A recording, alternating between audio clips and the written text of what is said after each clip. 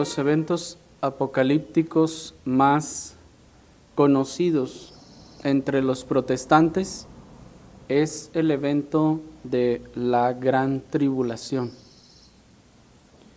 Pero el concepto de Gran Tribulación que predomina en el evangelicalismo de nuestro tiempo es una interpretación sensacionalista que proviene de los seguidores de Darby y de Scofield, interpretación que se ha popularizado en nuestro tiempo y bueno, entre las muchas otras desviaciones, además de su interpretación sensacionalista, este evento es unido a otros aspectos erróneos o interpretaciones erróneas de la Escritura, como un supuesto arrebatamiento previo a esta gran tribulación. También este concepto de gran tribulación se ha unido al concepto, en este caso de su parte mal interpretados, de la marca de la bestia, así como el terriblemente dañino concepto de la salvación por martirio, puesto que una de las implicaciones de este evento en la interpretación sensacionalista de nuestros días es que las personas que, dicen ellos, atravesando por tal tribulación llegan a morir por ser perseguidos por Cristo, dicen ellos, que alcanzarán su salvación, de donde también con esto se enseña algo que podemos llamar una salvación por martirio. Pero, ¿será esa la enseñanza de la Escritura? ¿Habla el libro del Apocalipsis de lo que ellos llaman la gran tribulación? Acompáñenme a ver estas cosas en el libro de la revelación de nuestro Señor Jesucristo, en el capítulo 7, y vamos a leer el versículo 9 en adelante. Libro de la revelación de nuestro Señor Jesucristo, capítulo 7, versículo 9 en adelante. Dice la palabra del Señor: Después de esto miré, y he aquí una gran multitud, la cual nadie podía contar, de todas las naciones y tribus y pueblos y lenguas que estaban delante del trono y en la presencia del Cordero, vestidos de ropas blancas y con palmas en las manos. Y clamaban a gran voz diciendo: La salvación pertenece a nuestro Dios, que está sentado en el trono y al Cordero. Y todos los ángeles estaban en pie alrededor del trono y de los ancianos y de los 4 seres vivientes, y se postraron sobre sus rostros delante del trono y adoraron a Dios, diciendo: Amén. La bendición y la gloria y la sabiduría y la acción de gracias y la honra y el poder y la fortaleza sean a nuestro Dios por los siglos de los siglos. Amén. Entonces uno de los ancianos habló diciéndome: Estos que están vestidos de ropas blancas, ¿quiénes son? ¿Y de dónde han venido? Yo le dije: Señor, tú lo sabes. Y él me dijo: Estos son los que han salido de la gran tribulación, y han lavado sus ropas, y las han emblanquecido en la sangre del Cordero. Por esto están delante del trono de Dios, y le sirven día y noche en su templo. Y el que está sentado sobre el trono extenderá su tabernáculo sobre ellos, y ya no tendrán hambre ni sed, y el sol no caerá más sobre ellos, ni calor alguno, porque el Cordero que está en medio del trono los pastoreará y los guiará a fuentes de aguas de vida. Y Dios enjugará toda lágrima de los ojos de ellos. Hasta allí. Hermanos, este es un acontecimiento un poco largo de leer, sin embargo, es corto en cuanto a su contenido. Los detalles que nos da el apóstol ciertamente hacen parecer que hay mucho que ver aquí, y bueno, ciertamente lo habría si nos vamos a dar el tiempo de meditar en cada uno de los versículos. Sin embargo, en un aspecto temático encontramos aquí tres cosas importantes. Primeramente, encontramos a la gran multitud adorando. Enseguida encontramos el concepto de lo que el texto llama la gran tribulación, y después encontramos algo que podríamos llamar la gran consolación.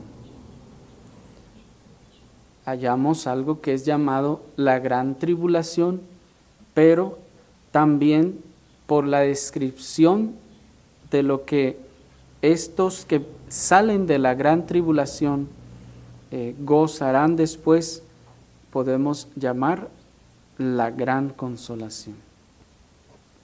Pero antes de entrar en el tema de lo que llamaríamos la gran tribulación, vamos a considerar un poco acerca de esa gran multitud que está allí y está adorando al Señor. Dice el versículo 9, después de esto miré, y he aquí una gran multitud, la cual nadie podía contar, de todas las naciones y tribus y pueblos y lenguas, que estaban delante del trono en la presencia del Cordero, vestidos de ropas blancas y con palmas en sus manos. Ya vimos pues en los versículos anteriores, hermanos, que se nos estuvo hablando de una multitud, ¿se acuerdan? De hecho, toda la enseñanza de los versículos anteriores nos habla de una gran multitud cuyo número es perfecto, es completo, es pleno, y que este número es el número 144,000. Vimos entonces pues que este número 144,000 representa la perfecta plenitud de todos y cada uno de los creyentes verdaderos. De manera que, noten esto, se está dando primero en los primeros 8 versículos el anunciamiento de esta multitud, se da su número y su procedencia de manera simbólica, hablando de cada una de las tribus, y enseguida se ve toda la multitud. ¿Me explico? En los primeros versículos, noten que se está hablando o se está anunciando del número, y enseguida el apóstol ve la multitud. Pues en los versículos anteriores, si ustedes se dieron cuenta, el apóstol no está viendo a la multitud, sino que él está oyendo hablar a los ángeles sobre la tarea que van a hacer. Y oye al quinto ángel que trae el sello decir que va a sellar a los 144,000. Y hasta allí nos quedamos. Ahora dice, y vi a esa multitud. ¿Me están siguiendo? De manera que entonces, pues, esta multitud de la que habla el versículo 9 es evidentemente esta multitud de la que el ángel está hablando y que habría de ser sellada, pues dice el versículo 4, oí el número de los sellados, 144,000 sellados de todas las tribus de los hijos de Israel. Primero oyó el número y después vio a la gran multitud. ¿Me siguieron? De manera pues que se nos está expresando que esa multitud de creyentes, en su aspecto pleno y completo, es expresada por el número simbólico de 144,000. Y ahora esta multitud es expresada en su aspecto extensivo, pues primero nos dice el número y luego nos dice que es una gran multitud que nadie podía contar. Por eso decíamos que esos 144,000 no es un número objetivo al que hay que alcanzar, sino es un símbolo que representa una gran multitud la cual nadie podía contar. ¿Me explico? Y esta gran multitud proviene de todas las naciones, tribus y lenguas, nos dice el versículo. ¿Se dan cuenta? Una gran multitud la cual nadie podía contar, de todas las naciones, tribus, pueblos y lenguas, y estaban delante del Cordero. Esta multitud pues es tan extensa que nadie la puede contar, de manera que aquí ya no se trata de cupos limitados, como suelen enseñar los testigos de Jehová. Ya no se trata de restricciones de números y cantidades, sino noten que es una multitud tan extensa que nadie la puede contar. De manera entonces que la interpretación literalista de los 144,000 está en oposición, de hecho, a la expresión de este texto de una gran multitud que nadie puede contar. ¿Se dan cuenta? De manera pues entonces que esto confirma de manera mucho más contundente el simbolismo del número 144,000. Así que pues no es que hay cupos limitados, no es que hay restricciones de números y cantidades, como si el Señor hubiera dicho, vayan y lleven el Evangelio hasta que se cumpla este número y entonces ahí le paran porque ya no tenemos cupo. ¿Se fijan, hermanos, qué afirmación tan fuera de lugar? ¿Qué cosa tan terrenal, tan carnal y humana? Como si el paraíso de Dios se fuera a llenar si llevamos más gente. De manera entonces, pues, que esto no es así, pues es una multitud tan extensa que nadie puede contar. Hay lugar, pues, entonces para todo aquel que quiera venir en arrepentimiento y fe a Cristo. Y en ese sentido no debemos pensar que hay un límite en el cielo y no debemos poner en forma alguna límite al cielo. Pues ciertamente, hermanos, hay lugar para todo el que quiera venir, pues esta multitud dice que no se puede contar. Ahora noten que esta gran multitud, en esta gran multitud, ya no se hace distinción entre judíos y gentiles. ¿Se fijan? Miren el versículo 9, ¿están allí? Después de esto miré y he aquí una gran multitud, la cual nadie podía contar, de todas las naciones, tribus y pueblos y lenguas que estaban delante del trono y en la presencia del Cordero. Si se fijan, en muchos otros pasajes de la Escritura se hacía diferencia y se decía gentiles y el pueblo de Israel, o algo así, o judíos y gentiles. Sin embargo, aquí, si ustedes se dan cuenta, aquí ya no hay tal distinción. Aquí ya no se trata de judíos y gentiles. Y no se hace distinción, noten, de alguna raza, etnia o nacionalidad. No se menciona ninguna de las nacionalidades. No se distingue entonces ya ninguna de esas cosas, sino lo único que se distingue en toda esta gran multitud es la obra perfecta de Cristo en cada uno de ellos. Noten entonces pues que en el cielo ya no hay distinción entre judíos o gentiles. En la gloria del Señor, hermanos, ya no hay distinción alguna de razas, de etnias, ni de ninguna cosa. Ninguna de esas cosas aportará valor a ninguno de los que estén redimidos en la gloria del Señor. Los judíos de raza, por más puros que sean, no podrán alzarse el cuello y decir, nosotros somos judíos y somos judíos creyentes y por eso estamos aquí. No, hermanos, estarán igual de humillados delante del trono de Dios como todas las demás naciones de la tierra. Y aquí pues entonces se acabaron todas las clases de distinciones que los hombres suelen hacer.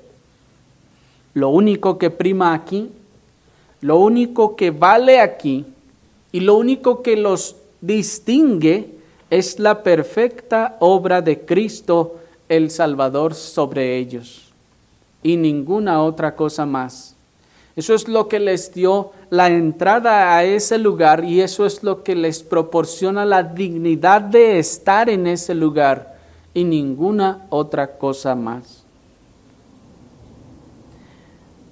Dice Gálatas capítulo 3, versículo 28. Ya no hay judío ni griego, no hay esclavo ni libre, no hay varón ni mujer, porque todos vosotros sois uno en Cristo Jesús. Noten pues que esta multitud ya no tiene más distinción que la obra de Cristo, el Salvador. Ahora miren la descripción de esta gran multitud. Dice en el versículo 9 que vienen de todas naciones y tribus y pueblos y lenguas y estaban, dice, delante del Cordero, en la presencia del Cordero, vestidos de ropas blancas y con palmas en sus manos. Noten que estos están delante del trono y están delante del Cordero y están vestidos con ropas blancas y además de su descripción, dice que tienen palmas en sus manos. Ellos están vestidos de ropas blancas, las cuales, como hemos visto, son símbolo de la santidad y la justicia de Cristo puesta en la cuenta de todo aquel que cree. De manera que las ropas blancas, como ya hemos visto en ocasiones anteriores, están representando la limpieza, la santidad y la pureza de Cristo que es puesta en la cuenta de ellos. Tienen vestiduras blancas que están simbolizando ahora ya la justicia con la que ellos están ahora allá en la gloria del Señor. Están pues glorificados con estas vestiduras blancas. Notan que es claro que se trata de la iglesia triunfante. Notan que es claro que se trata de los 144,000, pues están vestidos de blanco todos ellos y dice que tienen palmas en sus manos. ¿Por qué decimos que es la iglesia triunfante? Precisamente por las palmas que traen en sus manos. Aquí las palmas son símbolo de triunfo y de victoria. Ese triunfo y esa victoria que les fue concedida en Cristo el Salvador. Noten también que a las iglesias del capítulo 2 y el capítulo 3 se les dice, si al que venciere será vestido ¿de qué? De vestiduras blancas. De manera entonces que estas vestiduras blancas y las palmas que traen en sus manos son el símbolo de la victoria que les fue concedida en Cristo. Y he aquí entonces la gloriosa vista de la iglesia triunfante ante el Cordero en la eternidad. Luego de que el apóstol escucha el número, enseguida nos dice que él mira la escena. Qué cosa, hermanos, tan asombrosa debió ser mirar, aunque sea el símbolo, y ver esa gran multitud vestidos de ropas blancas, por fin en el día esperado. Ver a toda esa gran multitud, por fin en el día glorioso, en el que estarán delante del Cordero, victoriosos y triunfantes, con vestiduras blancas, listos para presentar adoración al Señor. Nuevamente les pregunto, ¿notan ustedes que es claro que se trata de la iglesia completa, de la iglesia triunfante? ¿Notan entonces que lo que aquí está viendo el apóstol son esos 144,000 de los que escuchó? Toda la iglesia triunfante completa está aquí delante del trono en la presencia del Cordero, lo cual muestra su comunión con el Cordero y la presteza que tienen ahora para servirle y adorarle. Por esta razón, si se fijan, ellos están ahí delante, pero ¿qué están haciendo ellos allí? Sentados en tronos, esperando que vengan a ponerles las pantuflas. No, dice el versículo 10, y clamaban a gran voz diciendo, la salvación pertenece a nuestro Dios, que está sentado en el trono y al Cordero. Noten pues entonces, hermanos, que estos que están allí glorificados, están allí para adorar. Están allí para presentar su adoración delante del Señor. Miren entonces al creyente verdadero adorando, aquel que por fin ha obtenido esas vestiduras blancas y tiene la palma en su mano, símbolo de la victoria en Cristo. ¿Y qué es lo que hace a continuación? Adora. Miren al creyente verdadero adorando y noten su adoración. Miren lo que dice. ¿Qué es lo que clama a gran voz?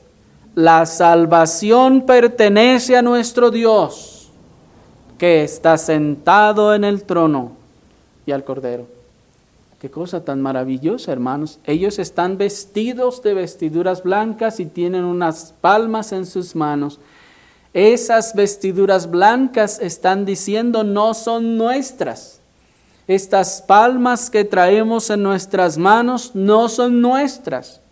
Ellos están adorando y están diciendo nosotros no estamos aquí por nuestra propia justicia.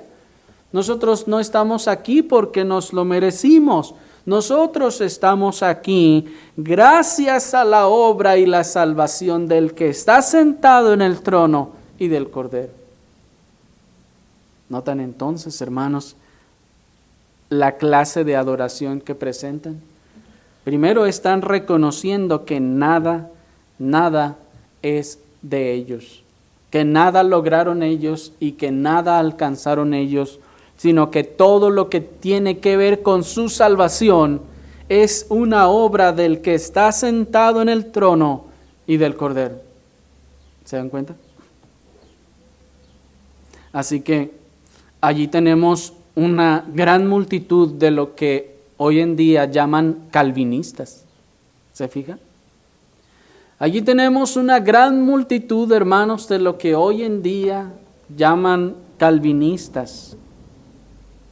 adorando al que está sentado en el trono y al Cordero. ¿Se imaginan entonces cómo estaría ahí el arminiano? ¿Qué diría? ¿Cómo adoraría? ¿Cómo adoraría el arminiano ahí en este caso? ¿Dirá él acaso la salvación pertenece al Señor, pero yo le eché ganas y la alcancé? ¿Cómo entonces estaría adorando ahí el arminiano? ¿De qué manera? ¿Me explico? ¿Qué tendría o qué podría decir delante de ese trono?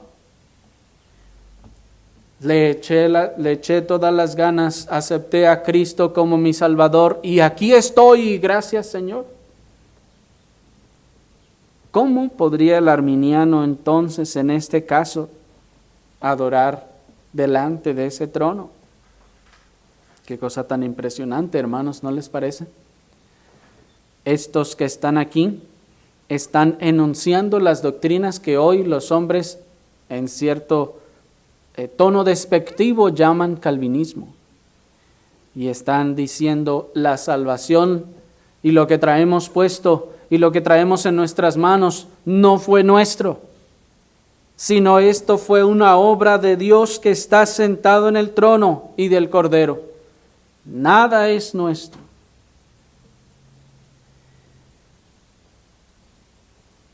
Observen ahora que es la iglesia redimida, la iglesia triunfante, la que toma la primacía en la adoración. Es la iglesia la que toma la iniciativa en la adoración a Dios y al Cordero respecto a estas cosas, mientras que todo el ejército de los cielos les respalda y se une a su adoración con un amén, seguido de su propia adoración de manera perfecta. Vamos a leerlo desde el versículo 10. Y clamaban a gran voz diciendo: la salvación pertenece a nuestro Dios que está sentado en el trono y al Cordero. Y todos los ángeles estaban en pie alrededor del trono y de los ancianos y de los 4 seres vivientes, y se postraron sobre sus rostros delante del trono. ¿Quiénes? Todos esos ángeles. Y adoraron a Dios diciendo: amén. Amén, ¿a qué? A todo lo que acababan de decir. Si quitamos toda la descripción que Juan nos da para señalar de quiénes está hablando, estaríamos leyendo desde el versículo 10, la salvación pertenece a nuestro Dios que está sentado en el trono y al Cordero, y versículo 12, amén, dicen los ángeles. ¿Se dan cuenta? De manera pues, hermanos, que vemos que en el cielo también dicen amén cuando se ha adorado o se ha orado al Señor, no como hoy en día se tiende a menospreciar esta respuesta en la adoración, en el culto de adoración. Noten que el decir amén es bíblico y es celestial. No es religioso en el sentido que hoy en día se usa la palabra religioso entre el evangelicalismo de nuestro tiempo. No, el responder con un amén a la oración y a la adoración, hermanos, es bíblico y es una conducta de los seres glorificados. ¿Se fijan? Es una conducta de los seres celestiales. Noten que el clamor de la iglesia redimida es a gran voz. ¿Vieron el verso 10? Clamaban a gran voz. No que decían las cosas como a veces nosotros solemos cantar los himnos. Ay, como nos alcance, que apenas se alcanza a oír el que está a un lado. Y si esos estaban clamando a gran voz, ¿cómo creen ustedes que respondieron los ángeles? ¿Ustedes creen que dijeron, amén?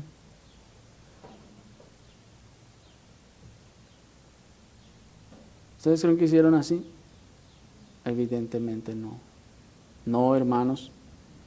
No, ellos están respaldando lo que acaban de decir estos 144,000.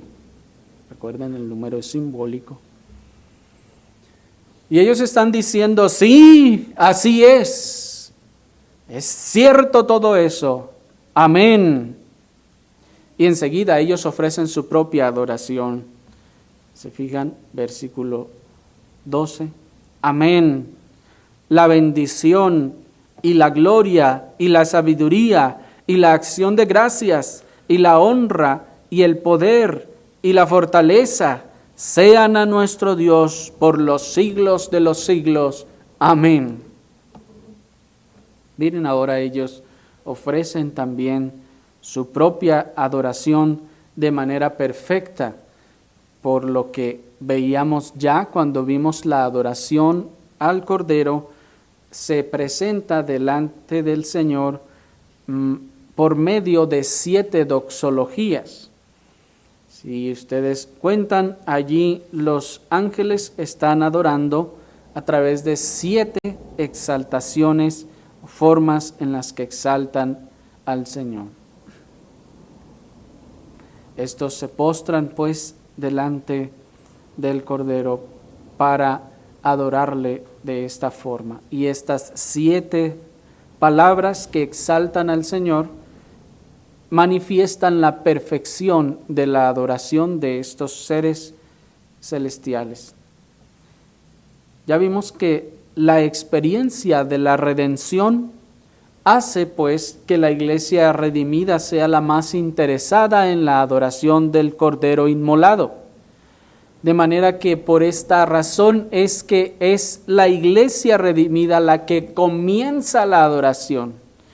Es la iglesia redimida la que comienza el culto, válgame la expresión, de adoración al Señor, y enseguida todos los ángeles no solo respaldan la adoración de la iglesia, sino que se unen a la adoración de la iglesia redimida. Y además se postran para presentar su propia adoración, porque veíamos en ocasiones anteriores que es la iglesia redimida la más apropiada para presentar esta adoración, pues porque ellos son los que han experimentado esa obra del Cordero. Los ángeles que están allí no experimentaron la obra del Cordero, ellos la observaron asombrados y le adoran al verla, mas ellos no han experimentado esta redención. Es la iglesia, esa gran multitud, la cual nadie podía contar, de todas las naciones y tribus y pueblos y lenguas, quienes han experimentado esta salvación y entonces ofrecen esta adoración. Después que ve esta adoración, el apóstol nos dice en el versículo 13 que uno de los ancianos habló diciéndome: estos que están vestidos de ropas blancas, ¿quiénes son y de dónde han venido? Yo le dije: Señor, tú lo sabes. Y él me dijo: estos son los que han salido de la gran tribulación y han lavado sus ropas y las han emblanquecido en la sangre del Cordero. Miren que luego de que se ofrece esta adoración delante del trono y delante del Cordero, enseguida uno de los ancianos dice que habla con Juan y le dice: estos que están vestidos de ropas blancas, ¿quiénes son? Y noten desde ahora, ¿de quién le está hablando? De esos que estaban allí adorando, ¿cierto? Porque ya vimos que estos estaban vestidos de ropas blancas, porque ya vimos que estos son una gran multitud y entonces claman a gran voz y adoran al Cordero. Y enseguida se acerca el anciano y le hace estas preguntas. Es evidente que la aproximación de uno de los 24 ancianos a Juan lleva el objetivo de darle información que leemos que enseguida le da, aunque para dársela utilice el recurso de la pregunta, pues el anciano no era que no sabía o quería asegurarse de que Juan lo supiera, sino que su propósito era irle a decir. El anciano ya sabía que Juan no sabía.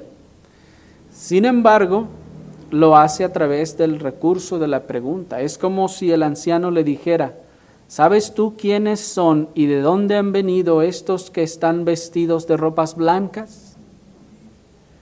Juan no puede tener el atrevimiento de decir: no, sí, ya lo entendí, es que como eran los 144,000, sí, pues ya sé quiénes son, sí sé. No, evidentemente él entiende que él está ahí para aprender, él está ahí para escuchar, y todo lo que le puedan decir que él sabe que ignora, él está dispuesto a escucharlo. ¿Me explico? Él, aunque de alguna forma pudiera percibir, pues ya nos dijo que esa gran multitud viene de toda nación, de toda tribu, pueblo y lengua, de manera que él tal vez hubiera podido contestar: no, sí, yo sé quiénes son, vienen de toda nación, tribu, pueblo y lengua. Sin embargo, él no toma ese atrevimiento y dice: Señor, tú lo sabes.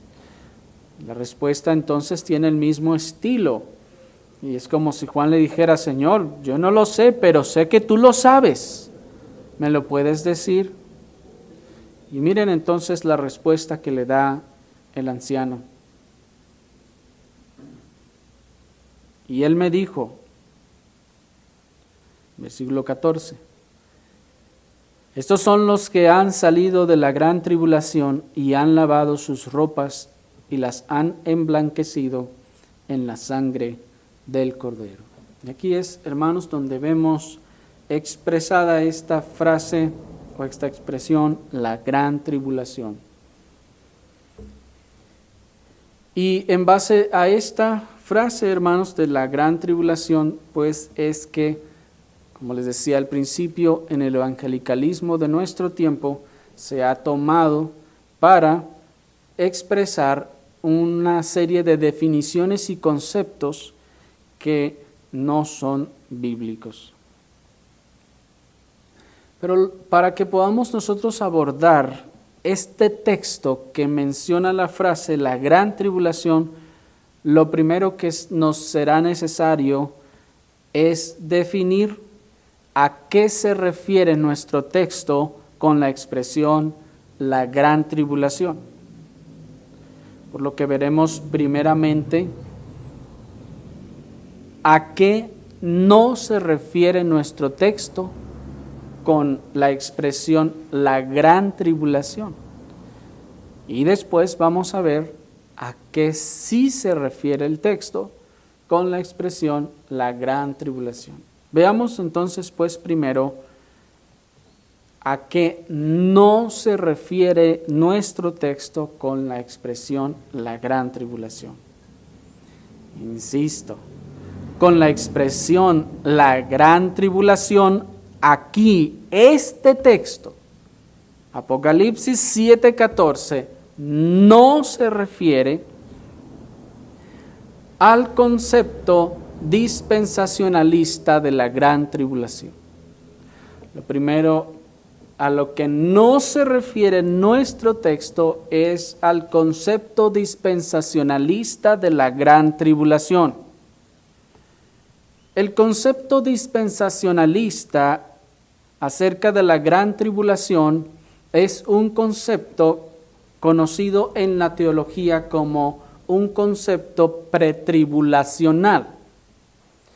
Primero, quiero recordarles que el dispensacionalismo es esa corriente de pensamiento que cree en las dispensaciones. ¿Se acuerdan? Ya lo hemos visto, esas 7 dispensaciones, entre las que la última es, para ellos, dicen, el milenio. El dispensacionalismo, entonces, bueno, ha tenido muchas diversificaciones o muchas ramificaciones que proceden del dispensacionalismo, pero que a medida que el evangelicalismo de nuestro tiempo y sobre todo el pentecostalismo ha abrazado el dispensacionalismo, se han venido ramificando muchas formas de dispensacionalismo en cuanto al tema de la escatología o la doctrina de las últimas cosas.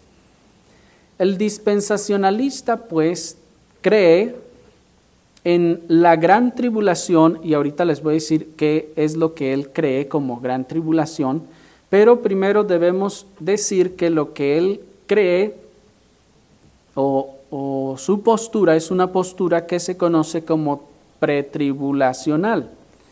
¿Por qué es pretribulacional? Bueno, estos nombres se otorgan en base a la venida de Cristo. Es decir, todos estos esquemas se ordenan o se trazan, se acomodan como teniendo como punto de partida la segunda venida de Cristo. Cristo nuestro Señor viene por segunda vez y a partir de allí, según el esquema escatológico, algunos acomodan unos eventos antes y otros unos eventos después. Para ellos, por ejemplo, viene nuestro Señor y después ocurre la tribulación para ellos. Por eso se llama pretribulacional. ¿Por qué? Porque dicen ellos, primero viene Cristo, ocurre lo que ellos conocen o llaman el rapto secreto. Dicen ellos que el Señor se lleva a la iglesia consigo y entonces ocurre la gran tribulación. Para ellos, pues, entonces, la tribulación o la gran tribulación es un futuro periodo de tiempo cuando el Señor llevará a cabo al menos 2 aspectos de su plan, dicen ellos. Primero, Él concluirá su disciplina a la nación de Israel. Él juzgará la incredulidad y la maldad de los habitantes del mundo y ellos creen que esta gran tribulación durará un periodo de 7 años. Para ellos, pues, entonces, esta gran tribulación tiene como propósito disciplinar a la nación, o más bien concluirá la disciplina de la nación de Israel y juzgar la incredulidad y la maldad de los habitantes del mundo. De manera entonces que, como podemos observar, el dispensacionalista pretribulacional afirma que el objeto de la gran tribulación son los incrédulos. Así que lo que para ellos es la gran tribulación es un periodo de tiempo que ellos dicen que Cristo vendrá en secreto, ocurrirá, dicen ellos, un rapto secreto y se llevará el Señor a la iglesia, y es cuando salen con los cuentos esos de que es un piloto es cristiano y entonces se desaparece y el avión se estrella y cuánto desastre ellos piensan que sucede en el supuesto rapto secreto. Y enseguida de eso entonces el Señor, dicen ellos, salva a Israel, es decir, termina esa disciplina en la que los puso aparte, dicen ellos, primero para dejar entrar a la iglesia, dicen ellos, y enseguida comienza a derramar todos los juicios contra la tierra, y entonces empiezan a caer pues los meteoritos y empiezan a aparecer de manera literal todos los animales y las bestias que vienen en el libro del Apocalipsis, y los que iban a la iglesia pero que no fueron arrebatados, pues tendrán una segunda chance, dicen ellos, en ese concepto que ellos tienen de la gran tribulación, y entonces van a tener, dicen ellos, que padecer con los incrédulos los juicios de Dios, y si la libran o mueren por Cristo, entonces ellos dicen, podrán ir al cielo. Para nosotros es evidente que tal definición y concepto no es bíblico en ninguna manera, principalmente debido a que se fundamenta y se sostiene de otras falsas posturas como el rapto secreto, como la venida del Señor en secreto. Y en ese sentido ellos están afirmando también dos venidas de Cristo, o que Cristo viene en dos partes. Primero vino y se llevó secretamente a los suyos, y luego volverá ahora ya con todos los suyos, dicen ellos, de donde entonces hay tres venidas de Cristo en el concepto dispensacionalista. Así que ese concepto de gran tribulación pues es falso, según lo que nosotros encontramos en la Escritura, pues además se sostiene de otros conceptos falsos como el rapto secreto, la venida de Cristo en dos etapas y el concepto milenial. Pues dicen ellos que una vez acabada la gran tribulación de 7 años, enseguida, dicen ellos, volverá el Señor y establecerá, dicen ellos, viene la batalla del Armagedón, y entonces, dicen ellos, se establece ahora sí el milenio, o el periodo de tiempo que ellos literalmente dicen será de 1000 años, y entonces el Señor reinará allí. Así que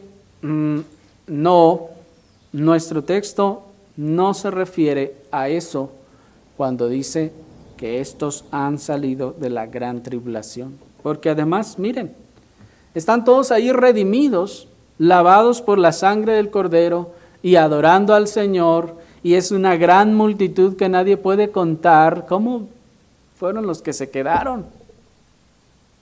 ¿Me explico? Y que al final la libraron. ¿Sí me están siguiendo? Eso no tiene ningún sentido.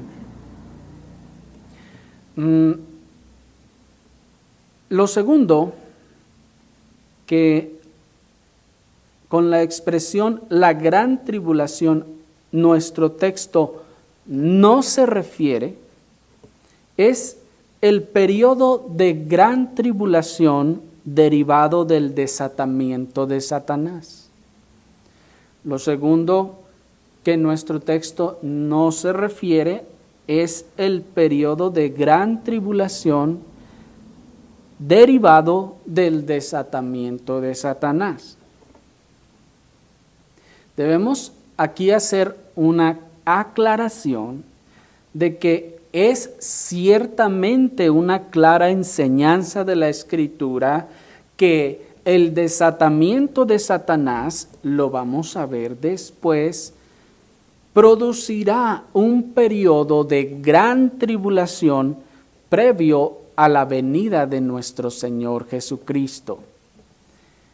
Sí, cuando veamos allá en el capítulo 20 del libro del Apocalipsis, que Satanás es atado por 1000 años y luego es desatado por un poco de tiempo, vamos a ver las implicaciones de lo que el texto nos dice que es desatado. ¿Con qué objetivo? Dice que engañar a las naciones de la tierra y reunirles para la batalla del gran día del Dios Todopoderoso, las cosas cuales son símbolos. Sin embargo, producto del desatamiento de Satanás, entendemos que ciertamente habrá un periodo o se producirá un periodo de gran tribulación, en este caso para la iglesia. Miren Apocalipsis 20, capítulo 20, versículo 1 al 7. Vayamos rápida y velozmente. Apocalipsis capítulo 20, versículo 1 al 7 dice: Y vi un ángel que descendía del cielo con la llave del abismo y una gran cadena en la mano, y prendió al dragón, la serpiente antigua, que es el diablo y Satanás, y lo ató por 1000 años, y lo arrojó al abismo y lo encerró, y puso su sello sobre él para que no engañase más a las naciones hasta que fuesen cumplidos 1000 años. Y después de esto debe ser desatado, noten, por un poco de tiempo. Cuando los 1000 años se cumplan, dice el versículo 7, cuando los 1000 años se cumplan, Satanás será suelto de su prisión y saldrá a engañar a las naciones que están en los 4 ángulos de la tierra, a Gog y a Magog, a fin de reunirlos para la batalla, el número de los cuales es como la arena del mar. Hasta aquí. El desatamiento de Satanás, hermanos, es un evento escatológico claro en el libro del Apocalipsis. Satanás será desatado por un poco de tiempo y tendrá un propósito y un objetivo. Ahora, el desatamiento de Satanás producirá otros 2 eventos escatológicos seguidos a este, que es el periodo o la gran apostasía y la gran tribulación. Estos 2 periodos seguirán al periodo, o más bien al evento del desatamiento de Satanás, lo cual entonces ocurrirá previo a la venida de nuestro Señor Jesucristo. Este concepto de gran tribulación del que ahora entonces estamos hablando dista mucho del concepto pretribulacionista que vimos hace un momento, ya que aquí vemos que en primer lugar quien será atribulada es la iglesia, mientras que en aquel concepto dispensacionalista quien es atribulado es el mundo. Además, esta enseñanza de la Escritura que vemos resultado de el desatamiento de Satanás podría catalogarse más bien como post-tribulacionista que pretribulacionista. Pues como les decía, el pretribulacionista dice que Cristo vendrá antes de la tribulación. Mas encontramos en la Escritura que, para empezar, ese concepto de tribulación no es correcto, y que del concepto correcto de tribulación el Señor vendrá después de ella. ¿Me expliqué? Hay mucho que explicar y lo vamos a ver a medida que vayamos avanzando. Sin embargo, por ahora lo que queremos es desambiguar nuestro texto de las posturas que se esgrimen hoy en día. Sin embargo, pues, dado el contexto de nuestro pasaje, que estábamos en Apocalipsis 7:14, consideramos que aquí no se está haciendo referencia a este acontecimiento de gran tribulación que viene después del desatamiento de Satanás. ¿Por qué no? Porque si ustedes observan, el anciano está señalando a toda esa multitud de toda nación, tribu y lengua que tienen palmas en sus manos y que en los versículos anteriores son mencionados con el número simbólico 144,000. De manera que aunque podemos ver en la Escritura un tiempo futuro o un periodo futuro en el que habrá persecución para la iglesia previo a la venida de nuestro Señor, nosotros encontramos que cuando este texto dice la gran tribulación, que estos han salido de la gran tribulación, aquí no se está refiriendo a ese periodo de tiempo. ¿Me explico? ¿Por qué no se está refiriendo a ese periodo de tiempo? Porque de entrada, él está hablando de toda la multitud. ¿Sí se fijaron? Por eso estuvimos tratando de hacer este énfasis. Está hablando de estos 144,000, está hablando de esta gran multitud, la cual nadie puede contar, está hablando de que están vestidos de ropas blancas y tienen palmas en sus manos y que adoran al Señor. Toda esta multitud que vimos y dijimos es la iglesia triunfante, por lo tanto, toda la iglesia triunfante no estará en ese periodo de tiempo. Solo estará una pequeña parte de la iglesia triunfante en ese periodo final de tiempo de gran tribulación. ¿Me explico? Por lo que este pasaje no está señalando a ese periodo de tiempo. De manera entonces que aquí no se trata de una tribulación específica comprendida en un espacio de tiempo, justo antes de la venida de nuestro Señor Jesucristo, puesto que el grupo al que se refiere el contexto es la absoluta totalidad de la iglesia redimida, y la absoluta totalidad de la iglesia redimida y triunfante no saldrá de ese periodo de gran tribulación. No todos lo vivirán o lo viviremos. Adicionalmente, noten las palabras del anciano en el versículo 14. Y él me dijo, ¿ya lo localizaron? Y él me dijo, noten, estos son los que han salido de la gran tribulación, y noten, y han lavado sus ropas y las han emblanquecido en la sangre del Cordero.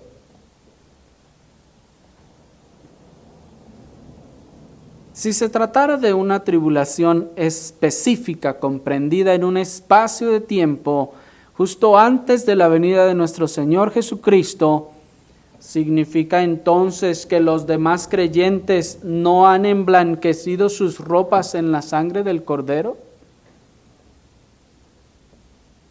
Porque noten que dice, estos han lavado sus ropas y las han emblanquecido en la sangre del Cordero. Entonces está diciendo que solo si se refiriera a ese espacio de tiempo futuro, solo ellos las han lavado sus ropas en la sangre del Cordero. No, esto no es así, hermanos. Porque nos preguntamos, ¿habrá algún cristiano que no haya emblanquecido sus ropas en la sangre del Cordero? Claro que no. No es posible. No puede haber un cristiano en la eternidad que no haya emblanquecido sus ropas en la sangre del Cordero. Todos lo habrán hecho, en su totalidad. De otro modo, no podemos entrar al cielo. ¿Me explico? De manera que, aunque ciertamente consideramos una enseñanza clara de la Escritura, que el desatamiento de Satanás producirá un periodo de gran tribulación previo a la venida de nuestro Señor Jesucristo, coincidimos con la mayoría de los comentaristas y eruditos en que en este texto no se está hablando de tal evento. En este versículo no se está hablando de ese evento futuro, sino que más bien se está hablando de otra cosa. Por citar un par de ellos, les leo lo que comenta el comentarista y erudito William Hendrickson respecto a esto y dice: tenga en cuenta que el tema de esta sección es la iglesia en tribulación. Hemos visto al caballo bermejo de la matanza y al caballo negro del hambre y de la injusticia, al caballo amarillo de la muerte. Hemos oído los gritos de las almas de los que habían sido muertos por la palabra de Dios y por el testimonio que mantenían. Hemos visto que todas estas pruebas son controladas por aquel que está sentado en el trono. Esta tribulación es grande porque lo incluye todo.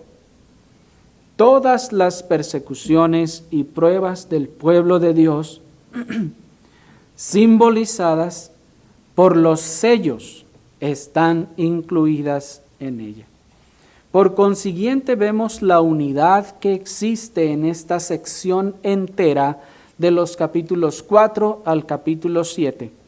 La enseñanza principal es que los santos superan sus tribulaciones. De manera entonces que esta expresión de la gran tribulación no se refiere a aquel periodo de tiempo futuro, sino que se refiere a todo el conjunto de grandes tribulaciones que los creyentes han de pasar para o hasta llegar a la eternidad. Dice también el comentarista Simón Kistemaker: la expresión la gran tribulación incluye a todos los cristianos que han experimentado opresión y persecución en cualquier parte a lo largo de la historia. Es una expresión universal y colectiva que abarca a todos los santos en todas las épocas. Se incluye a todo el que ha experimentado el odio y la oposición del malvado. Las Escrituras enseñan que el pueblo de Dios de todo lugar y tiempo ha encontrado, encuentra y encontrará persecuciones, peligros y dificultades hasta el fin de los tiempos. Los santos del Antiguo Testamento sufrieron por la causa de Dios. Los cristianos en la iglesia primitiva sufrieron por la causa de Cristo. Innumerables creyentes en los siglos XVI y XVII pasaron por persecuciones debido a su fe. Y hoy más cristianos pierden la vida en persecuciones que en ninguna otra época, dice el comentarista. Todos estos han pasado por la gran tribulación. De manera entonces que este texto en particular entendemos que está señalando a toda la gran tribulación que la iglesia en conjunto, esa gran multitud, la cual nadie puede contar, de toda nación, tribu, pueblo y lengua, ha sufrido. ¿Me explico?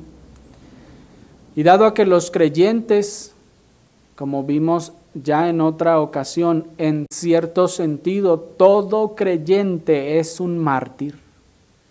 Todo creyente pasa y pasará por tribulación. Todas las tribulaciones que todos los creyentes que están allí adorando al Cordero han pasado, se puede llamar una gran tribulación. Y en ese sentido sumario, mírenlo así, en ese sentido sumario, esa gran tribulación superará a aquella que habrá al final de los tiempos. Aunque aquella será mayor, pues dice la Escritura, cual no ha habido, sin embargo la suma de todas las anteriores muy probablemente puedan superar a aquella futura.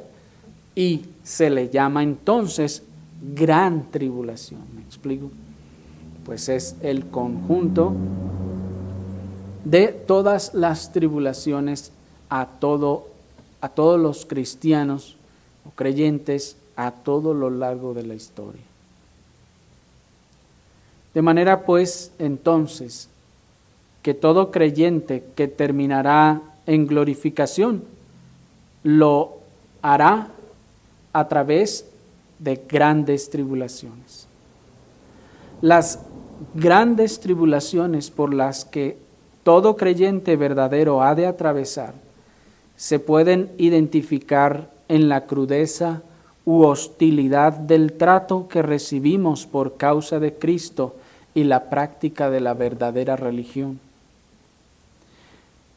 Las grandes tribulaciones por las que todo creyente verdadero ha de atravesar se pueden identificar en la lluvia de ataques, burlas y calumnias que recibimos por causa de Cristo, su servicio y la práctica de la verdadera religión. Las grandes tribulaciones por las que todo creyente verdadero ha de atravesar se pueden identificar en la amargura de los pesares y despojos que vivimos por causa de Cristo, por causa de su servicio y de la práctica de la verdadera religión, en el dolor de las aflicciones y padecimientos que recibimos por causa de Cristo, por causa de su servicio y por causa de la verdadera religión. Así que solo hay dos tipos de personas en la vía dolorosa de la tribulación hasta el Gólgota, y son los que llevan la cruz y los espectadores. Solo hay dos clases de personas en la vía dolorosa de la tribulación hacia el Gólgota, y son los que llevan la cruz y los espectadores. ¿De cuáles son ustedes? ¿Son los que llevan la cruz o son los espectadores? También en eso nos parecemos a Cristo, en que como Él llevamos una cruz hacia nuestra propia muerte. Llevamos una cruz de tribulación hacia nuestra propia muerte, hacia nuestro propio martirio. También en eso nos parecemos a Cristo, en que como Él llevamos a cuestas la cruz de nuestro propio sacrificio, las tribulaciones que la providencia nos puso hasta el día en que éstas terminen con nuestra vida. También en eso nos parecemos a Cristo, en que como Él llevamos a cuestas la leña de nuestro propio sacrificio, en el cual seremos ofrecidos en martirio, inmolados para gloria, honra y exaltación de nuestro gran Señor y Dios. Así que será mucha y grande la tribulación y extensiva a todo lo largo de nuestras vidas. Pero hermanos, así como la tribulación es grande, así también lo es la consolación. Así como la tribulación es grande, así también lo es la consolación. Y hermanos, vamos a ver muy brevemente la gran consolación. Miren el versículo 15 en adelante. Y por esto están delante del trono de Dios, y les sirven día y noche en su templo. Y el que está sentado sobre el trono extenderá su tabernáculo sobre ellos, y no tendrán hambre ni sed, y el sol no caerá más sobre ellos, ni calor alguno, porque el Cordero que está en medio del trono los pastoreará y los guiará a fuentes de agua de vida, y Dios enjugará toda lágrima de los ojos de ellos. Miren allí, hermanos, la esperanza eterna, la eterna consolación en adoración de nuestro Señor en su presencia. El día de reposo eterno está aquí. Nuestro sacerdocio eterno de adoración día y noche. Pues miren que dice, y le sirven, están delante del trono, esto es, están en la presencia de Dios ahora. ¿Y qué hacen allí? ¿Se sientan en los tronos a que les quiten las pantuflas? No, sirven día y noche en su templo. Noten la palabra templo, lo cual entonces, hermanos, nos habla de culto a Dios, nos habla de adoración a Dios. Por lo que, como ya habíamos visto en otra ocasión, estaremos allá, hermanos, para adorar al Señor. Estaremos para glorificarle día y noche en culto de adoración. Y dice, y el que está sentado sobre el trono extenderá su tabernáculo sobre ellos.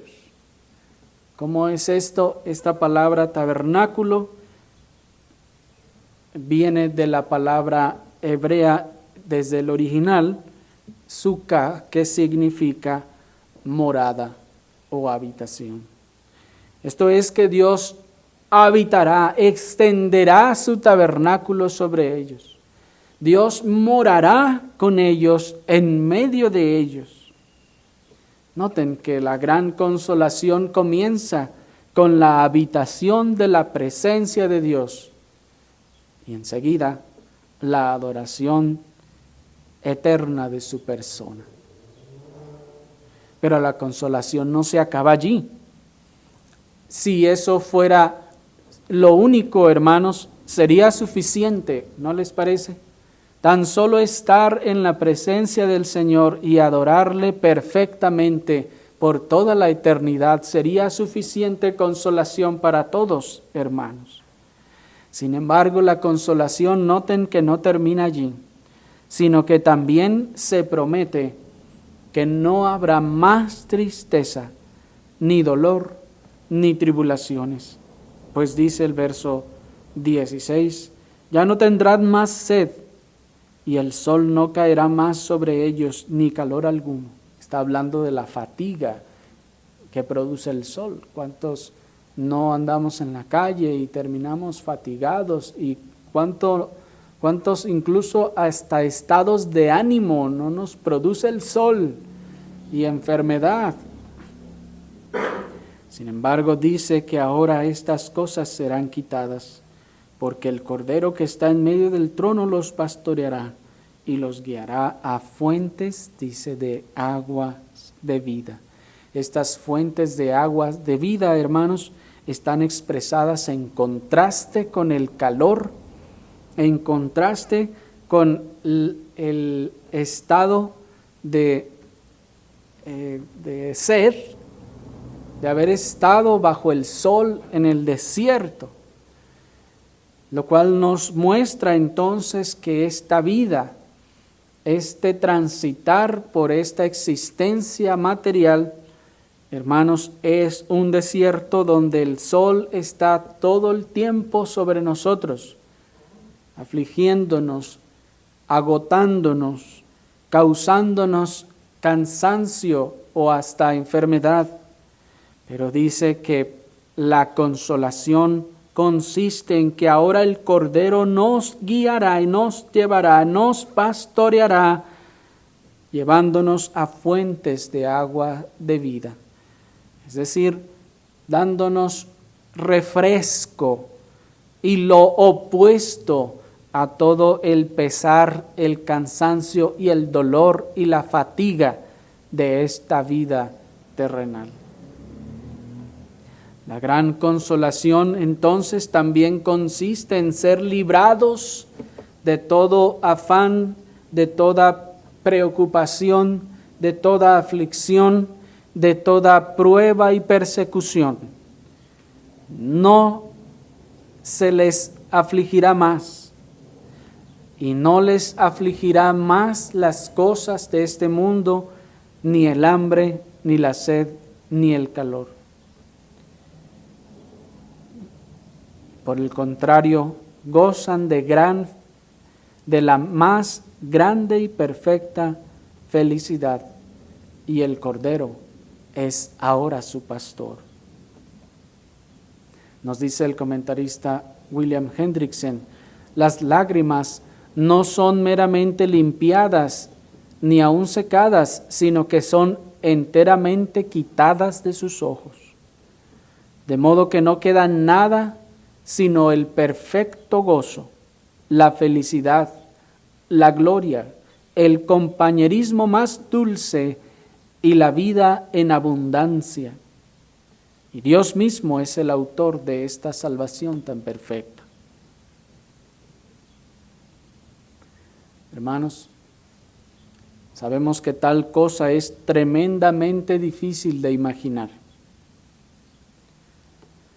Es algo que de verdad supera por mucho nuestra imaginación en este mundo caído, donde la aflicción comienza desde antes que veamos la luz, pues se dice que aún nuestras madres nos transmiten todas sus molestias, traumas y dolores cuando estamos en el vientre.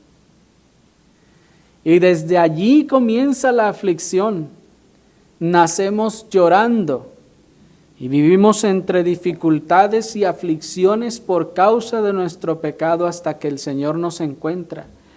Y aún sufrimos por causa del Señor después de eso y de la de la obediencia a sus mandamientos.